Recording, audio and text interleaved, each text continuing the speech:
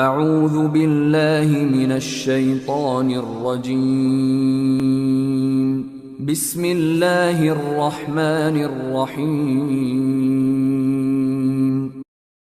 إنما الصدقات للفقراء والمساكين والعاملين عليها والمؤلفة قلوبهم وفي الرقاب والغارمين وفي سبيل الله وابن السبيل فريضة من الله والله عليم حكيم.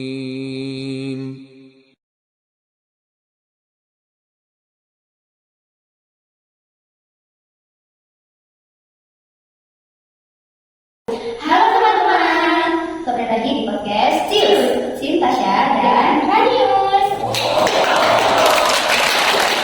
Oke, Kak Ani, kita hari ini nggak cuma berdua aja ya ini? Iya benar banget. Sebenarnya di sini ada banyak orang ya, banyak orang banget di sini. Gimana kalau kita langsung aja? Hari ini kita membahas apa sih Kak? Hari ini kita membahas masalah uang nih. Waduh, cinta. Iya benar banget. Dan buat kita nih, para teman-teman muslim pasti udah nggak pasti sama yang namanya zakat nggak sih Kak? Dan itu yang akan menjadi topik pembahasan kita hari ini. Makanya bakal menarik banget dari topik kali ini ya. Oke, langsung saja. Mungkin untuk perkenalan bisa dimulai dari kakak yang sebelah saya ini. Oke, silakan Kak, bisa perkenalan. Sebenarnya terima kasih banyak banget ya karena sudah diberi kesempatan. Ini juga first time saya masuk ikut ke podcastnya Kak Cius nih. Wah, bangga banget ini saya masuk ke podcastnya kakak ini. Perkenalkan, sebelumnya nama saya Aminata Zahra dan tentunya saya di sini nggak cuma sendirian ya, saya dibantu dengan teman saya. Iya, terima kasih kesempatannya. Saya dan Nala ini hadir sebagai narasumber amil zakat. Nah, kita di satu organisasi yang sama yaitu Syubansika.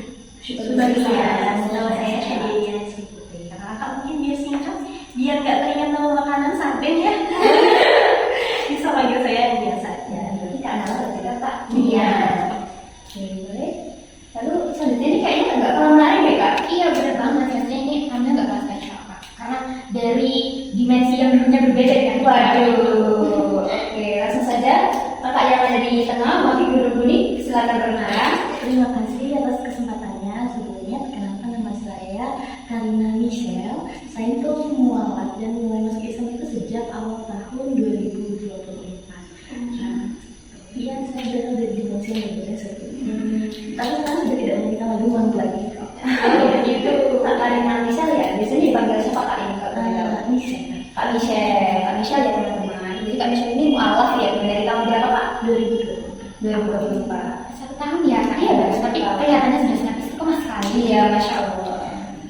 Nah Kak Aul, di sebelah saya ini ada seseorang yang katanya itu terkenal sebagai ustadz di kalangan Gen Z kita. Waduh, ustadz Gen Z lagi berarti? Betul ya. Oke, selanjutnya bisa silakan pada ustadz Gen Z kita untuk memperkenalkan dirinya. Silakan. Oke, terima kasih. Pertama-tama saya ucapkan terima kasih sudah mengundang saya, Kak Aul dan Kak Radius. Perkenalkan untuk pemirsa, nama saya Rizani Karangga. Saya baru menjadi ustadz kurang lebih selama 5 tahun. Saya saat ini berumur 24 dan saya baru nikah dengan 2 anak. Jadi penonton yang ada di rumah ini nggak boleh naksir maksir, nggak boleh mencoba ya. Tapi sudah punya anak, sudah menikah, sudah punya adik. Wow. Kita udah perkenalan semua ini, kayaknya kita langsung aja bagaimana ya Kak? Langsung ke topik aja nggak sih? Soalnya kayaknya yang di rumah juga penasaran ya, benar banget. Aku juga nggak sabar sebenarnya ya. Oke, yang pertama nih aku mau sedikit berbincang sama bintang tamu kita yang baru aja ini, yaitu Kak Michelle. Oke, aku mau tanya nih, gimana sih pandangan Kak Michelle, kesan Kak Michelle saat pertama kali menjadi mualaf? Apa ada pengalaman yang wow gitu, terutama di bidang zakat ini yang menjadi topik kita hari ini? Baik, sebelumnya terima kasih atas pertanyaannya. Jadi kesan saya awal masuk Islam ini, saya itu merasa sangat, wah Islam itu ternyata seperti ini ya, karena Islam itu punya banyak sekali aturan. Mereka itu memberi aturan namun tidak menekan kita. Jadi kita itu udah ada puasa dari setiap kegiatan dan setiap hal yang kita lakukan di dunia. Nah, kalau soal zakat ini kebetulan saya mendapat zakat juga di tahun kemarin. Itu saya sedikit kaget sih, karena saya sebenarnya tidak tahu ya, paling tahu tentang zakat. Nah, saya dapat zakat ini alasannya karena saya itu mualaf gitu. Nah, dan katanya itu sesuatu yang wajib ya setiap ini bulan Ramadan. Nah, jadi kebetulan sebentar lagi kan bulan puasa, berarti saya juga akan mengeluarkan zakat. Tapi saya ini kurang paham gitu loh Kak, ini tuh syarat-syaratnya itu apa aja? Soalnya kan saya baru diem ini. Iya, soal ini ya. Ada yang bisa bantu saya? Kebetulan banget nih ya, Kak Michelle kan baru mualaf di sini. Penasaran tentang yang namanya zakat, apa syarat-syarat zakat itu kan ya? Nah di sini kita kan juga ada undang-undang kamu yang dimana dari Badan Zakat itu sendiri. Apa tadi nama organisasinya kalau nggak salah sudah disihat. Oke, boleh. Untuk syarat-syarat zakat itu namanya apa saja sih untuk Kak Nala ini? Oke, berarti dimulai dari syarat-syarat zakat dulu ya. Sebenarnya mohon maaf nih karena ada yang lebih tahu nih sebenarnya dari saya ya. Oh iya. Kalau misalnya ada kesalahan mungkin bisa diperbaiki. Mohon maaf ya Ustaz. Oke, untuk syarat-syarat zakat nih ya, tentunya Islam dan alhamdulillahnya Michelle di sini sudah login nih ke Islam ini, alhamdulillah, semoga tetap istiqomah masa depannya ya. Untuk selanjutnya pastinya balik dan berakal, dan pastinya harta yang akan kita keluarkan itu milik kita ya, jadi bukan punya orang, kan pikiran kita maling lagi ya. Jangan ya. Sudah kita miliki selama 1 tahun itu, ini untuk zakat mal ya. Kalau zakat fitrah beda lagi. Dan harta kita ini yang kita keluarkan ini sudah mencapai nisab. Iya. Jadi sudah ada batasannya gitu. Nah, tapi untuk zakat fitrah ini syaratnya itu ketika malam Idul Fitri ini kelebihan. Kayaknya harta kita, makanan kita pada malam Idul Fitri ini lebih sudah mencapai batasnya seperti itu, maka kita bisa mengeluarkan zakat kita. Jadi itu Pak Rani. Jadi apabila kita punya hal yang berlebih ya, itu juga bisa kita jadikan sebagai zakat ya, dan dikatakan oleh Kak sebagai panitia amil zakat tadi. Saya ada pertanyaan. Berarti itu tadi ada zakat mal yang dikeluarkan bila kita sudah mencapai nisab. Nah, terus ada itu beda berarti dengan zakat fitrah? Iya, beda. Zakatnya ada berapa sih? Kalau kayak gini berarti ustadznya ada. Coba ustadz supaya takut banget kan saya nggak sama gitu ya. Ini saatnya Ustadz janji kita tampil ya, Kak. Ya, sebentar ini. Betul. Gimana pandangan dari Ustadz Ihsan? Zakat itu ada aja sih Ustaz, kalau boleh tahu ya. Oke, jadi itu oke. Baik, karena sudah jelasin terlebih dahulu tentang zakat, mungkin bisa dari gambaran umumnya ya kakak. Baik, zakat itu merupakan suatu kewajiban bagi umat Islam, di mana mereka yang memiliki harta dan juga telah memiliki harta tersebut dalam jangka waktu yang cukup lama, mereka itu memiliki kewajiban untuk menyalurkan harta tersebut ke yang lebih membutuhkan akibatnya, seperti fakir, miskin, atau orang yang menderita bencana. Selain itu juga ada kayak ya yang khususnya seperti mualaf, itu juga bisa. Lalu untuk jenis-jenisnya saya bisa jelaskan mungkin ada 5 ya.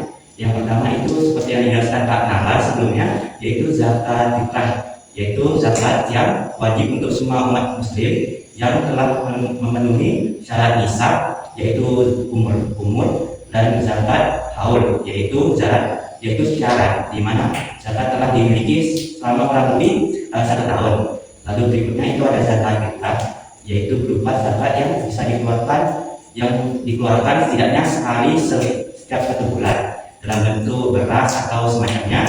Lalu ada zakat penghasilan. Nah, untuk zakat penghasilan ini berupa gaji atau penghasilan dari bentuk apapun itu bisa digunakan untuk sumbangan ke orang yang membutuhkan. Lalu ada zakat pertanian, yaitu bisa berupa jagung, lalu pertanian lainnya. Lalu ada zakat ternak, itu bisa berupa sapi, kambing, dan domba. Kurang lebih seperti itu yang dapat saya jelaskan. Jadi banyak ya jenis-jenisnya ternyata ya. Oh, aku sih awalnya itu cuma tahu kayak fitrah sama modal, ternyata ada lebih dari itu ternyata. Iya, betul. Aku juga baru dapat informasi ini dari bintang tamu kita, Kak Cinta. Menarik sekali. Oke, dari jenis-jenis zakat itu kira-kira yang menerima selain mu'alaf itu siapa aja ya? Kan mesti kan banyak atau lebih banyak ya, kalau tadi kan ada yang lebih membutuhkan, dimana lebih membutuhkan ini pasti bukan cuma mu'alaf aja. Oke, bisa dijawab mungkin dari Kak Nia ya? Ya, baik. Golongan penerima zakat itu ada 8 asbab. Sebagaimana disebutkan dalam Quran surah Al-Taubat ayat 60. Yang pertama itu ada fakir, yaitu orang-orang yang benar-benar tidak punya penghasilan, bahkan tidak punya dasar untuk bertahan hidup seperti pakan, pangan, dan sandang. Lalu yang kedua itu ada golongan miskin, yaitu ada yang punya penghasilan namun belum cukup untuk memenuhi kebutuhannya sehari-hari. Gitu. Lalu ada amil, nah itu kebetulan kami berdua ambil juga, jadi ya Menerima berarti ya? iya benar-benar. Lalu ada yang seperti Kak Misha dan orang yang alhamdulillah Allah berikan hidayah untuk mengikuti Islam juga. Ya, lalu ada juga nikah, yaitu budak yang ingin memerdekakan diri. Dalam konteks modern ini adalah orang-orang yang ingin memerdekakan diri dari jeratan penindasan modernnya. Sekarang kan penindasan tidak cuma tembak-tembakan, perang-perang gitu. Bahkan dari sederhana smartphone yang kita pegang itu ada penindasan di dalamnya begitu. Penindasan moral misalnya dan sebagainya. Iya betul. Nah itu kalau dia membebaskannya itu terus budak yang membebaskan diri, mungkin nanti bisa kita lebih pelajari lagi ya, karena sih juga masih rancu begitu total si golongan rekapitulasi. Yang kedua ada yang keenam ada goriu, yaitu orang-orang yang berhutang untuk memenuhi kebutuhan dasar dia gitu. Tapi dengan catatan ini halal ya hutangnya, dan itu yang halal dan untuk kebutuhan dasar yang halal gitu. Dan mereka ini tidak bisa membayar hutang-hutang untuk kebutuhan dasar tersebut, itu dia bisa mendapatkan zakat. Lalu yang ketujuh ada fisabilillah, yaitu orang-orang yang berjalan di jalan Allah. Ya seperti saat ini ya, banyak ustaz, banyak influencer muda yang alhamdulillah banyak membuka jalan-jalan pengetahuan agar kita makin dekat dengan Allah, itu juga termasuk bentuk fisabilillah. Dan yang terakhir itu ada ibnu sabil, yaitu musafir yang bisa bekal dalam perjalanannya yang jauh, juga bisa mendapatkan zakat. Nah, begitu.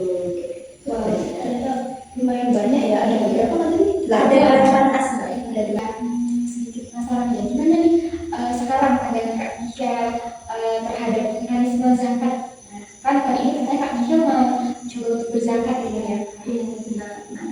Sebelum terima kasih banyak sama kakak dan ustaz yang sudah menjawab pertanyaan selama ini ada di benak saya. Jadi saya bisa tahu ternyata zakat itu macamnya ada banyak banget, ketentuannya juga banyak sekali. Dan penerima zakat itu baik cuma orang-orang yang kekurangan gitu. Jadi terima kasih saya sudah diundang ke sini juga ya, sangat membantu saya untuk mendapatkan ilmu-ilmu yang insya Allah barokah. Amin. Itu pandangan dari Kak Misha. Kurang lebih dari aku sih sama ya Kak ya, karena kita semua kan sama-sama belajar nih, sama katakan baru dari saya juga berterima kasih pada Ibnu Tabuni juga. Jadi kalau tadi Kak Misha kan berterima kasih kepada kita ya Kak ya. Tadi sini sebenarnya juga berterima kasih banyak kepada Kak Misha, Kak Nala, Kak Nia dan juga Ustadz Ihsan juga.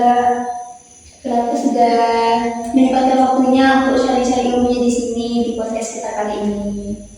Baik, banyak banget ilmu yang kita dapatkan pada kesempatan kali ini ya Pak ya. Kerasa ini sudah ada di penghujung acara ini. Kayaknya udah sampai sini aja deh. Teman-teman maaf banget kalau pada episode kali ini ada kesalahan kata, sikap atau perbuatan dari kami dan juga Kak Cika, saya. Ya. Kita tutup aja ya Kak. Teman-teman, sampai jumpa di next episode dari Ciu.